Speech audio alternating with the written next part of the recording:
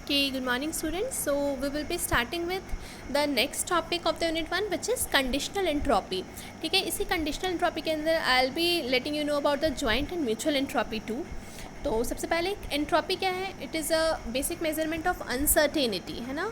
ये अनसर्टेनिटी को ज़्यादा बताता है rather than the measurement of information. ठीक है, तो it is represented by capital H, जैसे कि एच एक्स था. वैसे ही अब जॉइंट एंट्रोपी की बात करें तो क्या है, it is a measurement of uncertainty.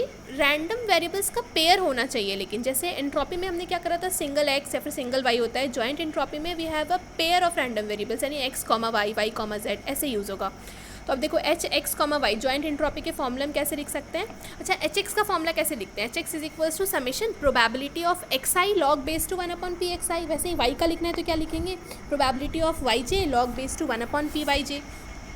तो वैसे ही अब अगर हमें जॉइंट एंट्रोपी मतलब जॉइंट एंट्रोपी का लिखना, ये सब तो सिंगल एंट्रोपी पे. अब अगर मुझे जॉइंट एंट्रोपी का लिखना है तो मैं क्या करूँगी, H of X comma Y summation. अब जैसे पहले समेशन हम एक लिखते थे, अब यहाँ पे दो वेरिएबल्स हैं, पेयर ऑफ रैंडम वेरिएबल है, तो will have to write two summations. दो समेशनों का आई इक्वल्स टू 1 से m, जे इक्वल्स टू 1 से n. और प्रोबेबिलिटी जो पहले सिर्फ पी एक्स या पी वाई होता था, now it will be P of X comma Y. It will be a joint probability multiplied with log base two 1 जो पहले पी एक्स आई या फिर पी वाई जे होता था, it will now be a joint probability again log base two 1/p X comma Y. ठीक है, तो ये जॉइंट एंट्रोपी का फॉर्मूला होता है. देखो, जॉइंट एंट्रोपी और एंट्रोपी में कोई डिफरेंस नहीं है. एंट्रोपी में बस जहाँ पी एक्स, जहाँ भी पी एक्स आई यानी सिंगल टर्म आ रहा था, नाउ उसी जगह पर हम क्या करेंगे, जॉइंट एंट्रोपी की बात करेंगे. It will be a joint entropy now. मतलब जहाँ पी एक्स था वहाँ it will be now P X comma Y, जहाँ पी वाई था it will be now P X comma Y again.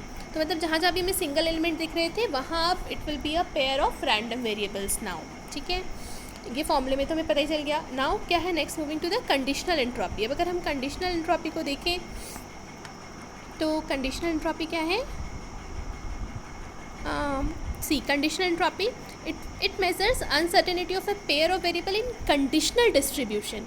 यानी कंडीशनल डिस्ट्रीब्यूशन है ये बेसिकली कंटिन्यूस फॉर्म्स के लिए यूज़ होता है कंडीशनल एंट्रोपी.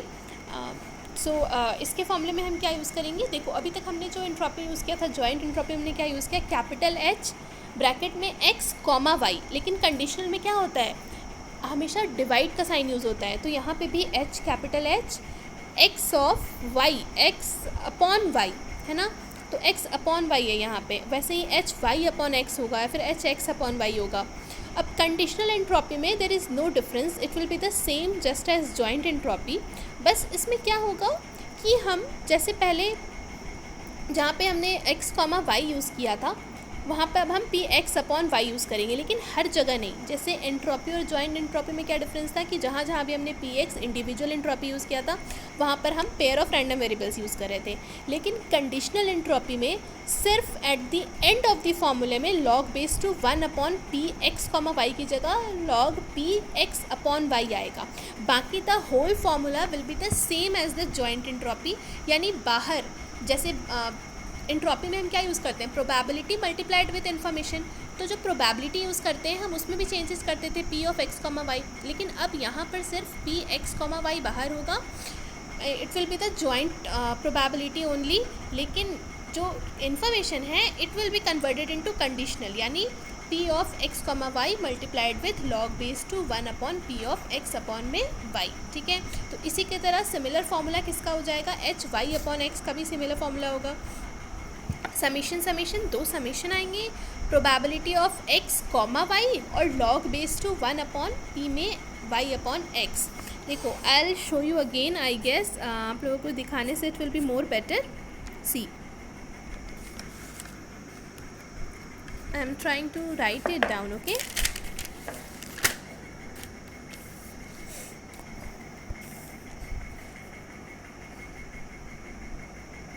हमने पहले क्या किया था, एच एक्स कॉमा वाई अगर रहता है तो we write it as summation probability of X comma Y log base two 1/p of X comma Y.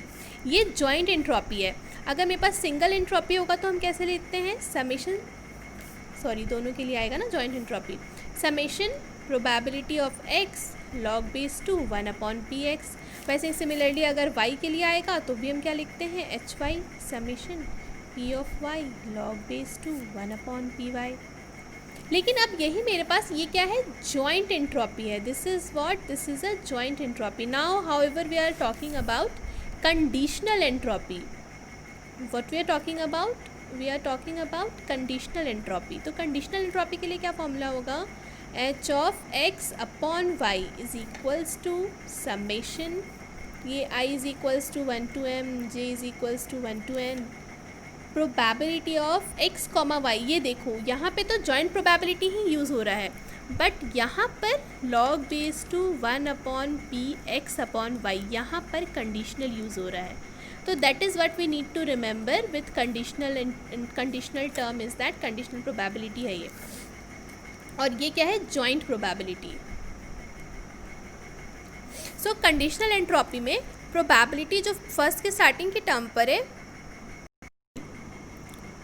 I guess sorry हाँ, शिफ्टिंग इट अगेन। तो यहाँ पे जो प्रोबेबिलिटी है it is joint probability, and this is however at the end जब log base two use कर रहे होते हैं तो ये क्या है, दिस इज़ कंडीशनल प्रोबेबिलिटी। तो बस ये डिफरेंस है कंडीशनल एंट्रोपी में और जॉइंट एंट्रोपी में, ठीक है। ये फॉर्मूलेज बहुत ही ध्यान से आप लोगों को लिखने हैं। कोई भी थोड़ा बहुत भी इधर जॉइंट का इधर या फिर कंडीशनल को चेंज कर दिया तो योर आंसर विल चेंज। इसीलिए चीज़ें अगर 2-3 बार लिखते रहोगे, अब जैसे with practice you will all remember it, इतना कोई टफ नहीं है। बस हाँ, यू नी थोड़ा सा फोकस करके रहना है कि कहाँ कंडीशनल है कहाँ जॉइंट है, तो you will have the answer easily. Okay, so now shifting to the PDF again. Okay, so conditional entropy हो गया। नाउ अब इसी कंडीशनल एंट्रोपी को वी हैव 4 फार्मूलाज, जिसमें हमने एंट्रोपी को ही आपस में एक दूसरे के टर्म्स में कंडीशनल को जॉइंट में लिंक करके लिखा है। जैसे H of X upon Y can be written as H of X comma Y, conditional is written as joint minus H Y. वैसे ही H Y upon X can be written as H X comma Y minus H x.